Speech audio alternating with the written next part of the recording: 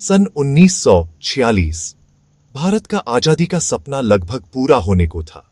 वर्षों की गुलामी, संघर्ष, जेल यात्राएं, क्रांतिकारी आंदोलन और गांधी जी के अहिंसक सत्याग्रह ने ब्रिटिश हुकूमत की नींव हिला दी थी। देश का हर नागरिक अब केवल एक ही सपना देख रहा था, स्वतंत्र भारत। इसी दौर में शुरू हुई एक नई प्रक्रिया, अंतरिम सरकार की स्थापना, जो स्वतंत्र भारत की ओर एक निर्णायक कदम थी। द्वितीय विश्व युद्ध समाप्त हो चुका था और ब्रिटेन अब खुद आर्थिक संकट और राजनीतिक दबाव में था।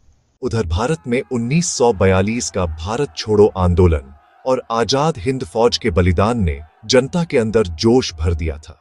अंग्रेज सरकार अब समझ चुकी थी, भारत को अब और गुलाम नहीं रखा जा सकता। फरवरी 1946 में ब्रिटिश सरकार ने कैबिनेट मिशन भेजा, जिसका काम था भारत के लिए एक संविधान बनाने की प्रक्रिया शुरू करना और सत्ता का हस्तांतरण करना।